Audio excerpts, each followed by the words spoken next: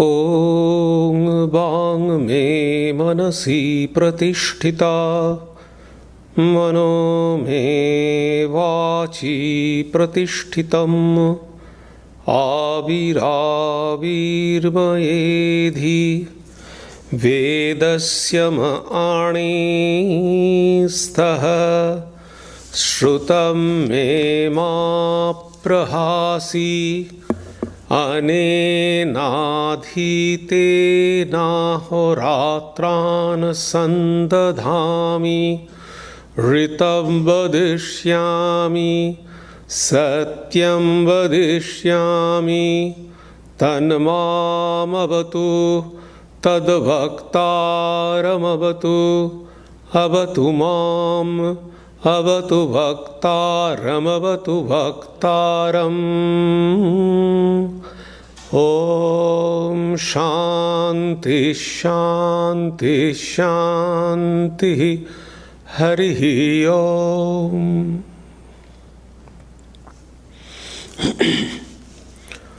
Om. May my speech be accorded with the mind. May my mind be accorded with the speech.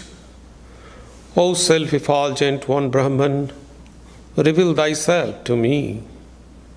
May you both, speech and mind, be the carriers of the highest truth to me. May not all that I have heard depart from me. May I be able to join day and night through this study. I shall utter what is verbally true. I shall utter what is mentally true. May that Brahman protect me. May that Brahman protect the teacher. May that protect me. May that protect the teacher. Om. Peace, peace. Peace be unto you all.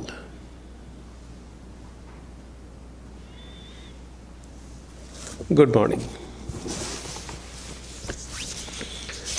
This morning, I am going to deliver a very important topic in our spiritual life.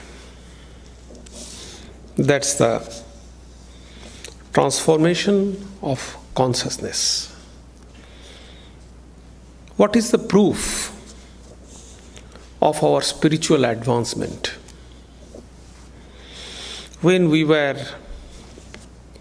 young junior brahmachari, we used to see how many hours we could sit in meditation. 1 hour, 2 hours. So when we see that still now it is in vogue among the brahmacharis, when we saw that, okay, that brahmachari could sit for 3 hours at a stretch, internally we became a little bit jealous, and we thought, oh, you see, definitely he is progressing spiritual life. I cannot sit 3 hours. So what is the proof of our spiritual advancement? From many aspirants, I heard of their different spiritual experiences. Sometimes they say, yes, I have that kind of experience. I have that kind of experience. But what is the exact demarcation of our spiritual advancement? That is our transformation of consciousness, our outlook, our thought, our behavior, our personality, our judgment, everything will be transformed.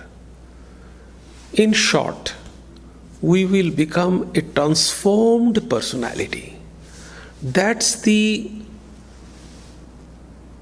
litmus test of the advancement of our spirituality.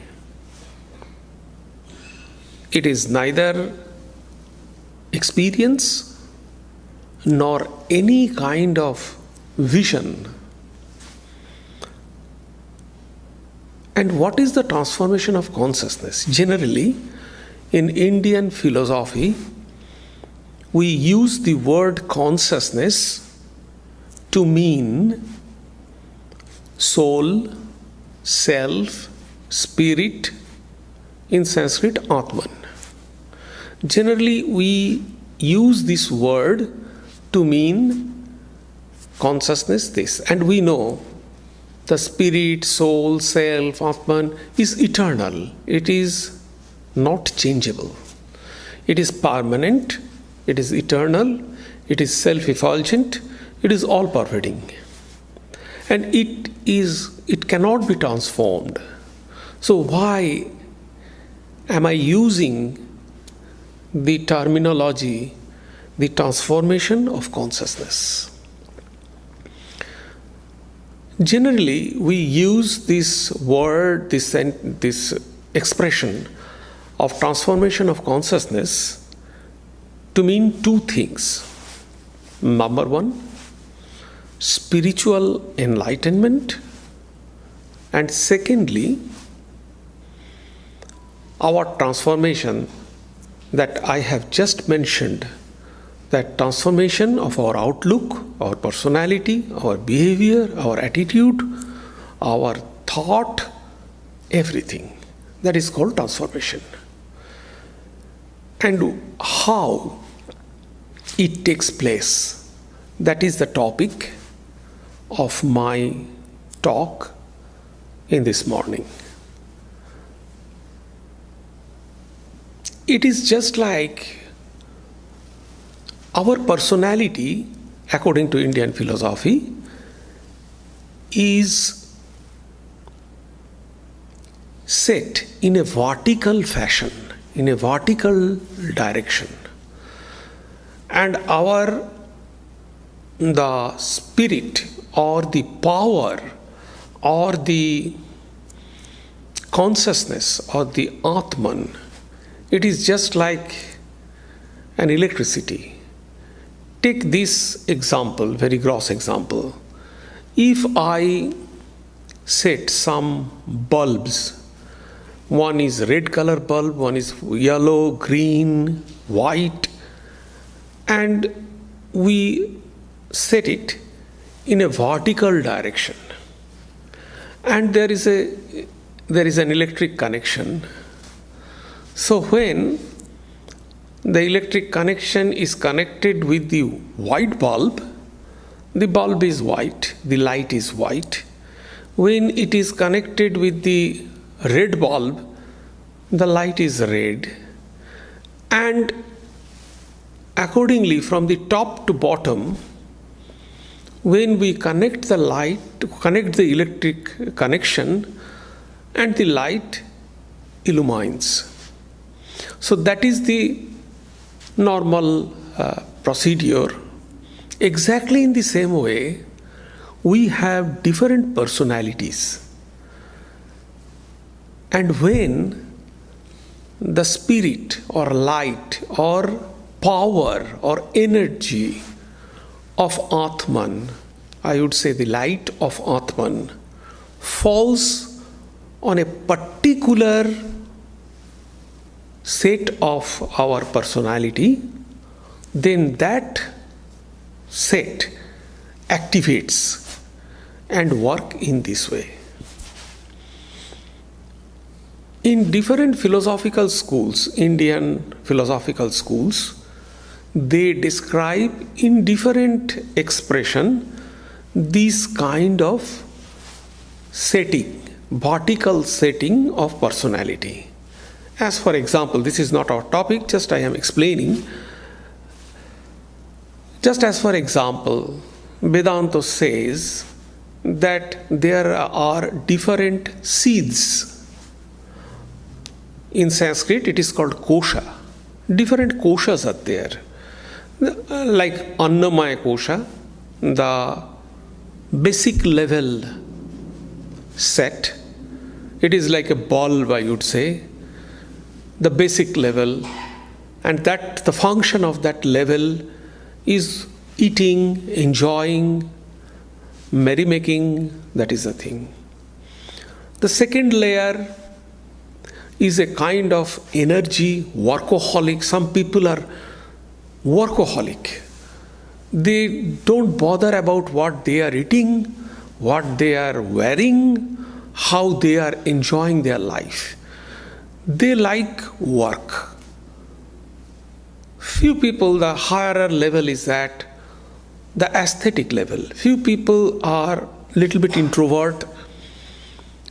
They like painting, they like singing, they have the aesthetic sense. They forget everything when they paint a picture.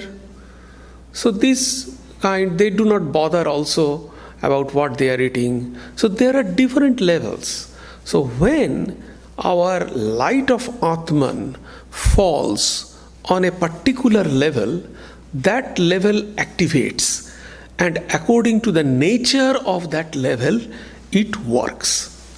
Similarly, in Tantra, they said that there are different chakras. So according to the nature of those chakras, when the light of Atman falls on that chakras, they work according to own chakras. Almost all the philosophical schools, they use the different names, but almost the function of these different vertical sets are almost same if we compare them. So when we change the connection or falling of light of the Atman from one point to another point, and we gradually go upward, higher and higher, that is also we call the transformation of consciousness. So the consciousness transforms from one point to another point vertically and goes upward. So that is one point of transformation of consciousness. But I am not discussing that kind of transformation of consciousness this morning. I am going to describe the transformation of consciousness in meditation, in spiritual practice. So that is another kind of transformation of consciousness. When we meditate, what is the object of our meditation? What is the goal of our meditation? What we want to achieve by meditation? In Indian philosophy, there are different objectives of meditation.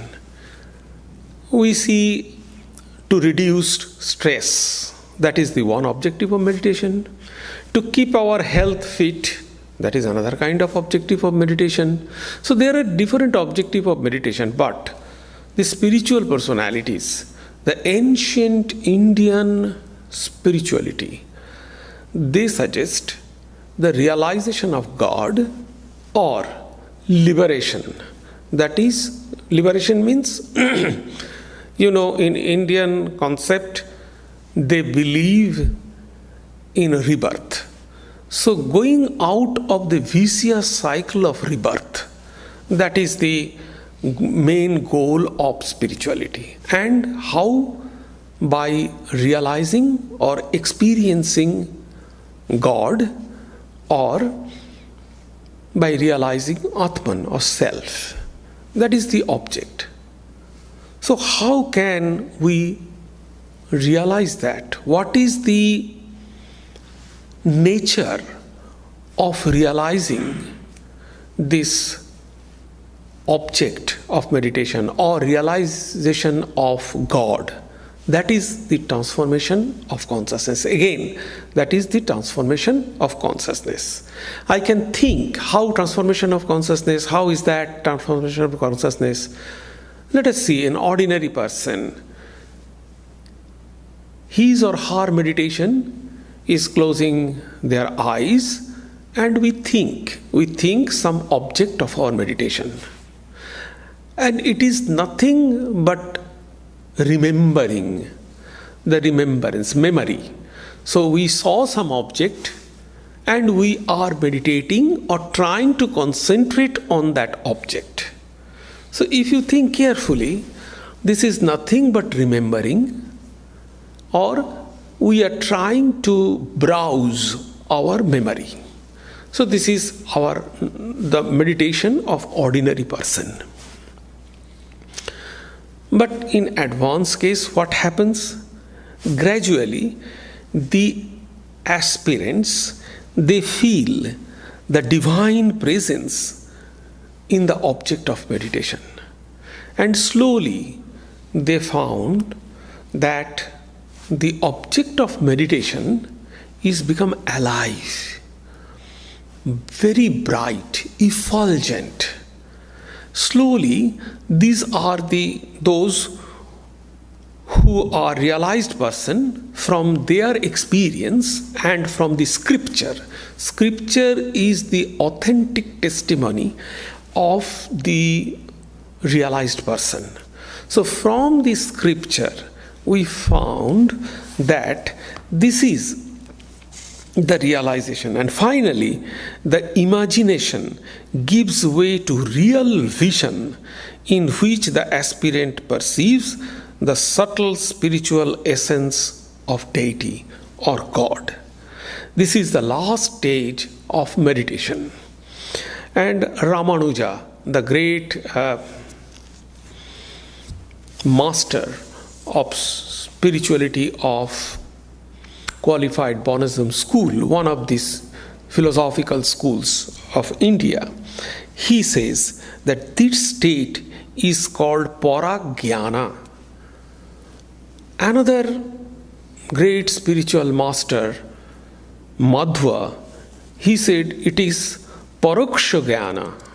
He says, Madhvacharya, in his Brahmasutra Bhashya, Brahmasutra commentary, he says that Paramatma Parakshangcha Tat Prasadadeva. So it is a Paraksha Jnana, he says, is the ultimate goal of meditation. So realization of living God, a realization of living object of meditation. That is the final goal of meditation.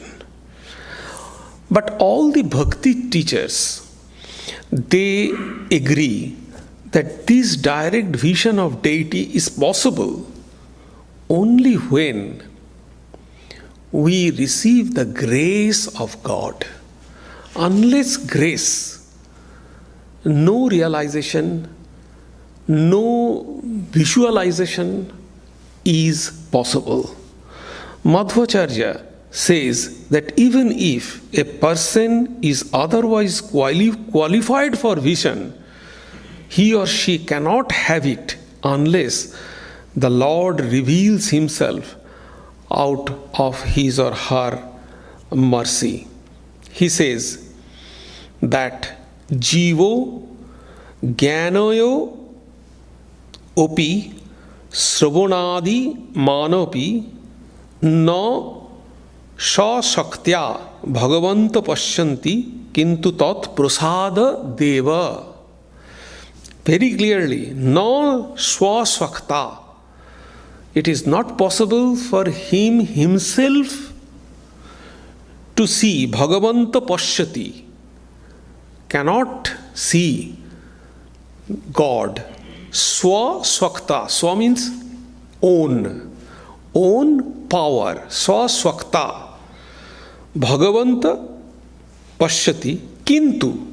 But Tat Prasada Deva. But by his grace.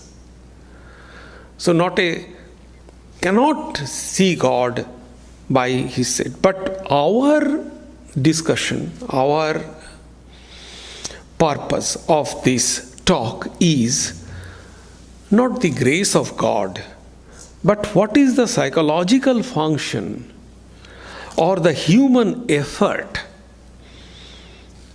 is there in meditation to realize God. What are the mental conditions necessary for this transformation? What is the transformation here? The transformation here means starting from simple thinking to see the vision of God, the living vision of God. This is the transformation. The transformation of consciousness here means just memorization or browsing our memory, remembering God, to visualization of living, effulgent God in meditation. This is the transformation. And how psychologically it happens. What are the psychological principles are involved in it in such a change? That is the topic of discussion in this morning. The first principle is called Khyati. It is a Sanskrit word, Khyati. Khyati means vision. According to Kapila, who is the founder of Sankhya philosophy, he says that all knowledge is gained through mental modification called vritti. It is a knowledge, and it takes us to a very important subject, because all experience is nothing but knowledge. If you think everything, the process of knowledge is very, very important. Spiritual experience is also a kind of knowledge. How does knowledge dawn? How can we have knowledge? That's a very, very important topic in Western philosophy, in Eastern philosophy, in Indian philosophy. So God realization is also a kind of knowledge. What is the experience of our meditation? The experience of our meditation is nothing but knowledge. We can have a knowledge of God. God is this type. Now, at present, we have a knowledge of God. Yes. And that knowledge came from such kind of lectures, or you saw some picture, or you read some books. So all these impression or experience of God came to us from all those sources. But that is not the complete experience or complete understanding of God. There are more deeper and deeper level of understanding. And to understand in a more deeper and deeper level, that is called spiritual journey. That is the spiritual practice that we have to do. So first principle is Khyati, given by Kapila, the founder of Sankhya philosophy and Yoga philosophy. So he says that all kind of knowledge comes from vritti. Vritti is the modification of our mind. What happens if we see some object? How can I have the knowledge of this object? So this object I am seeing with eyes, it is an instrument. So this mind, our mind, as it were, is going out to that object and take the shape of that object, mind. And this taking shape is called vritti. If you throw, how can we understand this example? If you throw a stone in a very calm and quiet, standstill water, what will happen? It will generate some ripples. So the stone, the water takes the shape of the stone, and consequently the ripples and wave is generated. Exactly in the same way, our mind is just like a pool, water pool, and when some object we see, our mind just takes the shape of that object. Different objects, our minds are taking shape of different objects, but we can have the knowledge only when the light of Atman falls on that particular place, fall on that particular shape of our mind. Then only we can have the object. What is the proof of this? Take the example. When you all have come here, on your way, we saw thousands of people. On your way, you saw thousand faces. How many faces can you remember right now? I would say not a single. But you have seen them in your eyes. Why can you not remember them? It is because your mind, as you have seen in your eyes, your mind took the shape, took the form of that particular object. But the most important point is that unless the light of your Atman falls on that modification of mind, you cannot have that knowledge. So your light of Atman did not fall on that particular modification of your mind. That's why you did not have the knowledge. Or unless you don't have the knowledge of that, you cannot remember that. It is very simple. So you did not have, you saw, but you did not have the knowledge of that face. So seeing is not the proof of knowledge. So most important thing of our knowledge is that when our mind takes the form, which is called in Sanskrit vritti, this modification of mind is called vritti. Mind takes the shape of the object, it is called vritti. And when our light of Atman falls on that particular vritti, we will have the knowledge. And the content of vritti is called pratyaya in Sanskrit. These are Patanjali Yoga Sutra's terminology. So, what is meditation according to Patanjali? Pratyayo eko tanota. Pratyaya means the content of vritti. What is the content of vritti? The object. Object of your meditation is the content of your vritti. If you meditate on something, some object, your mind will take the shape of that object. So that is called vritti. The content of vritti is the object on which you are meditating, and the light of your Atman is falling on that vritti. So this is called khyati. And he says this kind of things, vritti jnana. So in yoga terminology, he says vritti jnana. The great commentator of Patanjali Yoga Sutra, Panchashikha, he says, ekomevo darshanam khyatirevo darshanam. It means that seeing is only one. Khyati alone is seeing. Khyati means the knowledge. So when you see, you can see only one thing at a time.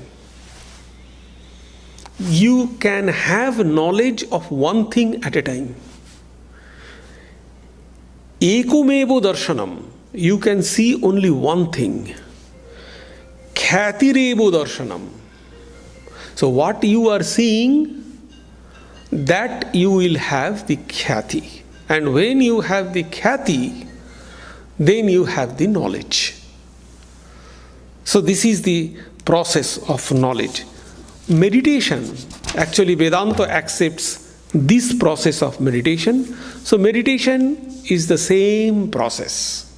So you are thinking one object of your meditation, and your mind, you are generating some kind of vritti, and your light is falling on that vritti, and then slowly you can have the light. How it happens? Let me explain. We do not have much time, but I can show what is the difference between the Western concept of knowledge and the Eastern concept of knowledge. The Western concept of knowledge actually propagated by Aristotle. He said that we see eyes through our eyes and senses, some impression through our senses we are having. And then there is no function of inside. And when the cloud of our mind is removed, then we will have the knowledge. And he said, these senses that coming, he used the term species impressia. So this is the impression, a kind of impression we are having, and the inside experience or inside knowledge is called expressia, species expressia. So one is impressia and another is expressia. So this is what he said, and the spiritual experience is the result of a pure impressia produced by the mind by God. That is the Aristotelian. And actually afterwards we find that Thomas Aquinas, he incorporated this theory to the Christianity. So the Christian point of view of realization of God is that the mystic, I am talking about the mystical experience of God, is that, Catholic especially, is that what impression we are having, that impression coming through senses, and by God's grace, that impression is infuses in our mind. So no function of within, internal function we do not have in this concept. On the other hand, Indian concept, according to yoga and Vedanta concept, is that when vritti is there, the light of Atman is falling. So internal function is there. So light of Atman is falling. Unless light of Atman is not fall, then we cannot have the knowledge. This is the thing. This is the process of knowledge. But the point is, what is the function of divine knowledge? The process of knowledge I described, this is for general thing. But it is said that God has the sattvika qualities, pure sattvika, pure, very pure. Our process of mind, I gave the example, the electric current is pure. There is no pollution. But when it activates red light, it becomes red. When it activates blue light, it becomes blue. So there is no problem in sunlight. That is pure. But if we have problem in our eyes, if I use a blue glass, then everything what I see will blue. So the problem is here. The light of Atman is pure, but the color of mind, it gives us the experience. That is the problem. What is the color of mind? What is the color of bulb? These are our desire. These are our wishes. So, as our desire is, so our vision will be. Take the example. If I am desiring that I would meet my friend right now, I want that one friend should come right now. If I see a other person, I think that is my friend. So there is a problem of vision if we desire so strongly something. So exactly in the same way, we need, for realization of God, we need a special type of mindset, special type of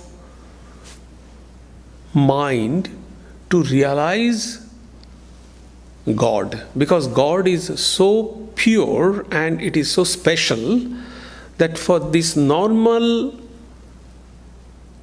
desirous mind we cannot see God. And this special kind of mindset is called buddhi. In Bhagavad Gita, many times Sri Krishna used the word buddhi yoga. Dadami buddhi yogam tam. So I gave you the special kind of buddhi. So this is a special kind of intelligence. It is not our normal type of intelligence. This is a special type of elevation of mind, pure mind, without any desire. That is the point. So it is a special kind of buddhi, intellect, buddhi yoga, or sometimes it is called dhi. Those who are familiar with the Gayatri mantra, they know that it is said dhiyo yonav prachodayata. The mantra, the end part of the mantra, it is said dhiyo yonav prachodayat. This dhi is intellect. What? Why dhi? Because dhi, the intellect, the special kind of buddhi, will prachodayat. Prachodayat means initiate us. Initiate us towards that direction. So nobody can initiate us in that direction. Only dhi can initiate us to that direction. Dhi means special kind of buddhi. Again, you see the example in Bhagavad Gita. We generally think that God is somewhere else, and if God reveals, we can see. It is just like a sun. It is clouded, and when cloud is removed, or cloud is actually go from in front of the sun, we can see sun. But it is not like that. Arjuna also thought like that in Bhagavad Gita. And that's why he said, O Lord of Yogins, if you think it would be possible for me to see your immutable form, then please reveal it to me. As it were, God will reveal himself. But Sri Krishna did not do that. What Sri Krishna did, Sri Krishna gave him a divine eyes. He said that I give you a divine eyes, and through that you can see me. What is this divine eyes means? This divine eyes means this intuitive faculty, this buddhi. So unless we are awakened by this kind of mindset, so any spiritual realization, first an awakening is required. Unless there is some kind of awakening, the spiritual progress is very difficult. So, this is the awakening actually. This is the buddhi by which we can see. This is a typical kind of mindset by which we can see the living, effulgent spiritual God within. And that is the one type of transformation of consciousness. Swami Vivekananda says here, the higher the being you want to get, the harder is the practice. So more and more, if we go deeper and deeper to awaken this state of mind, this Buddhi Yoga, or this kind of mindset, which is completely devoid of desire, then only, slowly, our deity, chosen deity, object of meditation, will become living, effulgent, and united with us. So this is Vaibritti. The second process is called Yathakrutu. It is from Chandogya Upanishad. The first process, I said, the transformation of consciousness, is from yoga and Vedanta. The second point is from Upanishad. It is also from Vedanta. The different ways. It is called Yathakrutu principle. A person's future is shaped by what he or she wills, the willpower. Generally, in Indian philosophy, we do not find the discussion of willpower. The willpower, free will, etc., etc. What is the willpower? In Upanishad, this willpower is termed as kratu. Kratu means willpower. Manu. In Upanishad, you can find the word kratu, you can find the word manu. So this manu, kratu, it means will. Ichha, Ichha Shakti. In Tantra, you can find Ichha, Ichha Shakti. These are, it means the will. What is the function of will? Will is the dynamic aspect of our self. Very simply, I am giving you the example. When you are meditating, what happens in meditation? We are trying to concentrate on one object. And what happens? This object of meditation slips away, and we are trying forcefully, applying our mind's force to hold that object of meditation under our concentration. So that is what we do. It is a kind of tug of war, and we are trying to do that always. Always it slips away, and always we try to bring it and try to put it under our focus of concentration. What force we are applying here to bring our object of meditation under our focus of concentration? A mental force. That mental force is called will. Will is the dynamic force. Unless will is connected with any of our desire, not a single desire will be fulfilled. It will not get life. It will not get energy. Simple desire is not bad. There are thousands of desires we have. But connecting will with that desire, that is the trick. We have to become a master of that art to disconnect our will from our desire. So Upanishad also says, in Chandogya Upanishad it is saying, Atha khalu kurtumaya purusho yatha krutur osmin loke purusho bhavati tatheta pretya bhavati sa krutum kurviti. So it is what we think, what is our will, we are acting just like that. As one's will, so does he become. So that is and it is not only in spiritual life, it is everyday life. So will has a tremendous, but Not all will.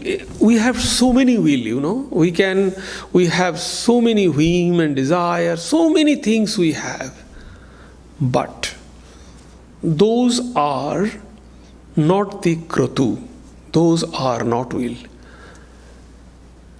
At the bottom of all our will, there is a central will. Because of our desire, plenty of desire in life, we confused that will.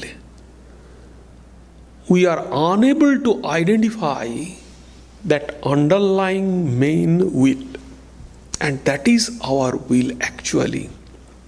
And that will, if we connect, then it will give us this desirous or the ultimate result. In the famous passage of Chandogya Upanishad containing the dictum, most of you knows this dictum, Sarvam Khalu Idam Brahman. Everything is Brahman.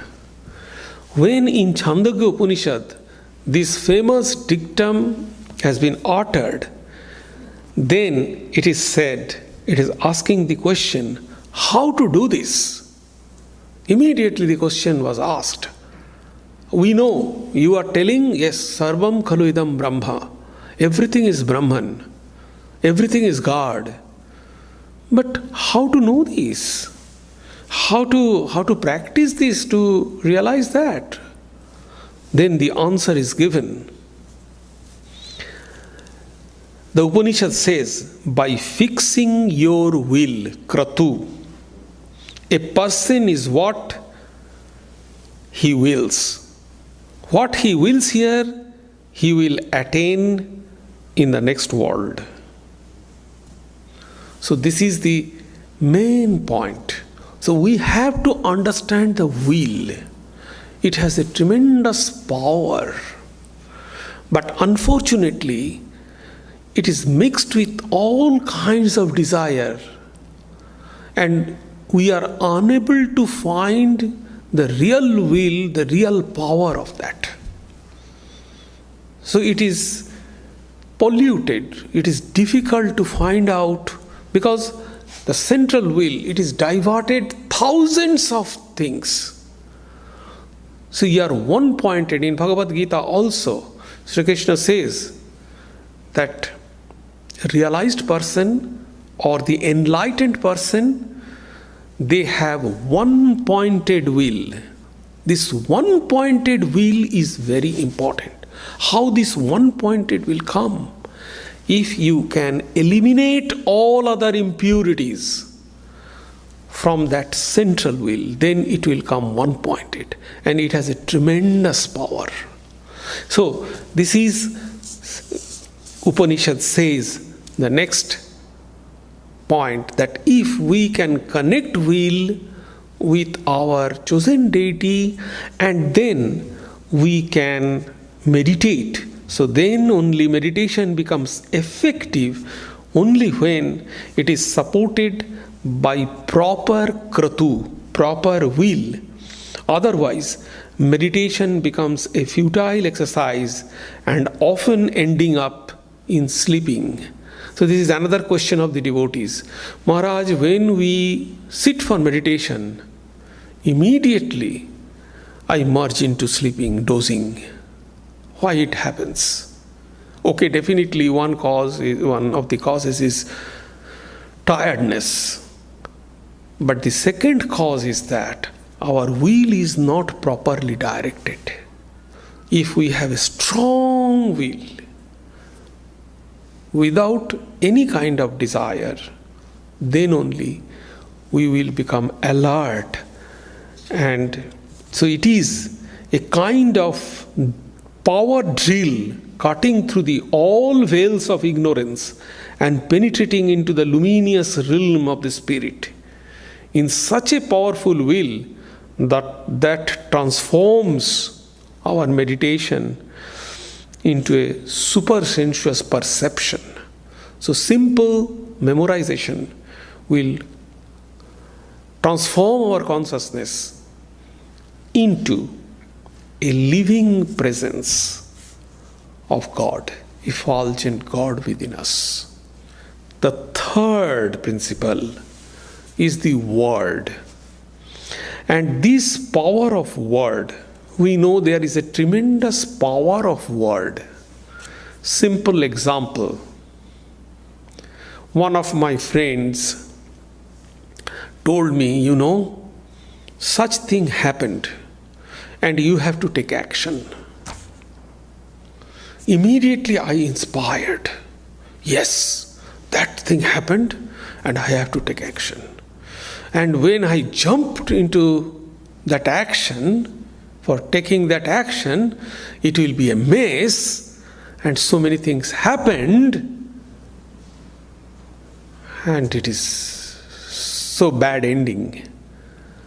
So see, simple word have a tremendous, people can kill another person by the power of words. So power of words is very powerful. So this is the third transformation, is the power of word. And this power of words has two aspects, two kinds of thing we can find from this power of words. One is this, it has a meaning. So meaning is very powerful. We generally do not bother, do not care, or do not think about the meaning of the word, but the meaning has a tremendous reaction. So first is the meaning of the word.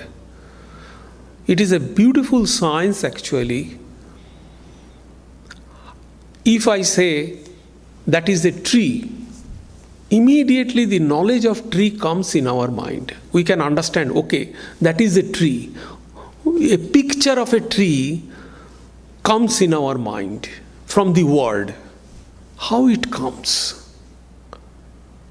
And obviously there are two different ways, the Western concept, the Eastern concept, two different concepts.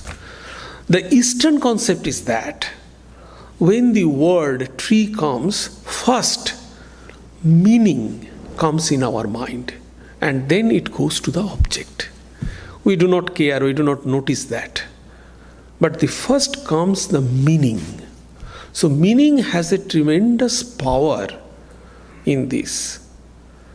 And this meaning, if we utter some word, has some meaning in that, and that can change our within.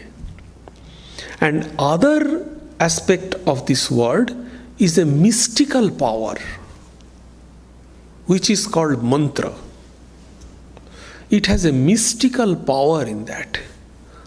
So this mystical power or mantra, it actually, constant repetition of such mantras gradually awaken our buddhi.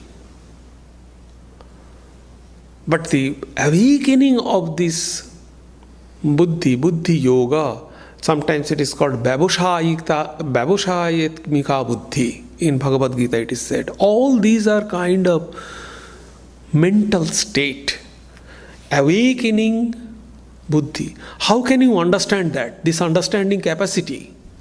The more you grow, the more you go into the higher and higher class in your academic study, your buddhi, your intellect become sharpener and sharpen and sharpen and sharp. So you can understand the thing. This understanding capacity is very important. It is called buddhi. It is kind of awakening understanding faculty. That kind of understanding, if you don't have, it is difficult to conceptualize the presence of God within. So in every spiritual practice, there is some kind of awakening first. If you go through the life of Sri Ramakrishna or Jesus Christ or Buddha, you can find this. What happened when Sri Ramakrishna, in his first vision of God, went to the Kali temple? He realized that there is a light everywhere. So first is the awakening, light. And then he visualized. So this awakening as a light, Goethe, the German philosopher, he said, light, more light. So when awakening takes place, he sees the light, more light, it effulgent, it becomes very thousands of sun like that. So awakening, there's a sign of awakening. Some kind of awakening is necessary. So this transformation of consciousness, according to Indian philosophy, I have suggested only 3 processes. One is vritti, the modification of mind, how it generates some kind of buddhi, higher, purified, subtle understanding faculty. Then I said yathakratu, the willpower. By willpower we can drill the veil of Maya, drill the veil of ignorance, and can have the realization of effulgent thing. And the third thing is the power of word through meaning and through the mystical power of word. But it has a lot of discussion. I have only touched this third point. What is the power of mantra and how it reveals, how it gives us the experience of the chosen deity. This is a lot of things involved in here, but I just mentioned to give you some idea of these 3 principles of transformation of consciousness during meditation. This is not transformation of consciousness in ordinary life, but during meditation. Thank you. But spiritual life means not collection of information. It is practice. How you can practice this? Try to think. The process gives us Sravanam, Sanskrit word, Sravanam, Mananam, Nididhyasanam. What you have listened to, try to recapitulate this. Try to think it in deeper and deeper way. Then you can find, you can understand something. You must have some question. Yes. So, yes, please. Maharaj, I know Swami Bhajananandaji Maharaj, he started this transformation consciousness in his Prabhupada Bharat, etc. But it is really what you are saying, or what he said. It is transformation of sadhaka's understanding or experience of consciousness. Consciousness can be transformed. That word itself, that I have mentioned, is very unfair in my mind. Transformation consciousness. Yes, I have mentioned these things, that transformation cannot be transformed. Transformation cannot be transformed. Transformation is eternal. But yes, just for example, you cannot, yes, you cannot, just give me one example. You cannot qualify Brahman in any words. Okay? Right. So why should we say Brahman is Satchidananda? Why we use the word Brahman? We cannot use any word for Brahman. So using any word means we are limiting Brahman. So it is for our common man understanding. So all these words have been used for common man understanding. Otherwise, we cannot get any kind of rough idea of it. If I say it cannot be explained, then we cannot proceed. Hypothesis. So we assume something is X, then we can proceed. So this is a kind of X. X is not the ultimate result. It is a hypothesis. So from there we can proceed to some idea. All these, what we are thinking, everything we are thinking. This thinking is completely different from our spiritual experiences. But unless we think, we cannot have that spiritual experience. We have to start at some point. Yes, please. Swamiji, the light of Atma, when it falls on thought, then only you don't have the knowledge of objects. Okay. So is it the same thing, dharana, yatra yatra manoyati, brahmeda tatra darshana? Yes, not Manojati, that's the Brahma Darshan, but you cannot have this Brahmakara Vritti is completely different kind of Vritti. That is what I am saying. Because in ordinary Vritti, you cannot have this Brahmakara Vritti. And every Vritti gives birth of next Vritti. But only, here is then if you have the Brahmakara Vritti, then Brahmakara Vritti also, according to the theory, Brahmakara Vritti also gives birth of another Vritti, but it is not. Brahmakara Vrittis has their own power to burn itself. It will not give birth to another Vritti. That is what Vedanta school says. So Vedanta, Brahmakara Vritti is also a kind of Vritti. That is why Vedanta says that if you have the God realization, see, God Vritti is also a kind of modification of our mind. But that Vritti cannot give birth of another Vritti. Generally, all our Vrittis gives birth to next Vritti.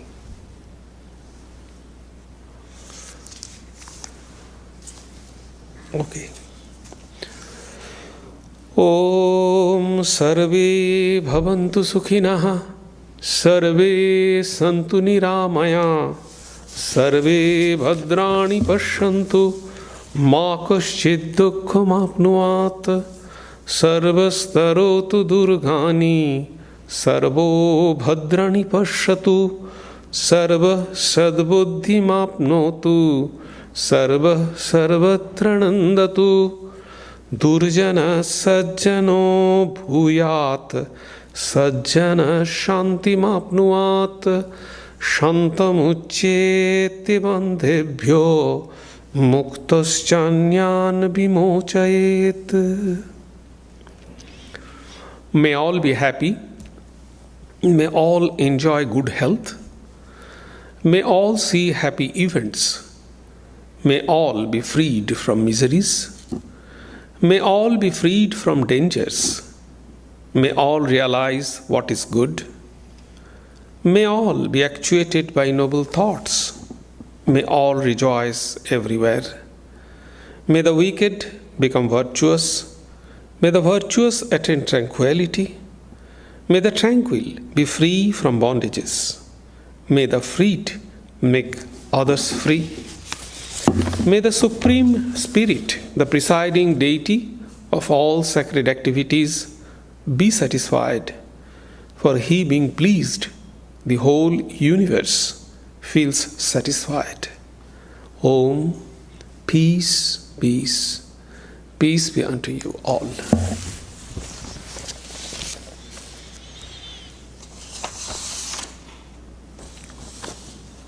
We have some announcements. Next Sunday, November 28, we have a talk at 11 o'clock in this hall. The title is Spiritual Center Within. And Swami Prasanatmananda will deliver this talk. And there will be a Thanksgiving retreat, online Thanksgiving retreat on Thursday from 11 a.m. to 1 p.m. online. I would request you to join and register your name. And the topic is Bhakti in Bhagavad Gita. The topic is Bhakti in Bhagavad Gita. And as usual, please have your prasad to Saradananda Hall before leaving. Thank you.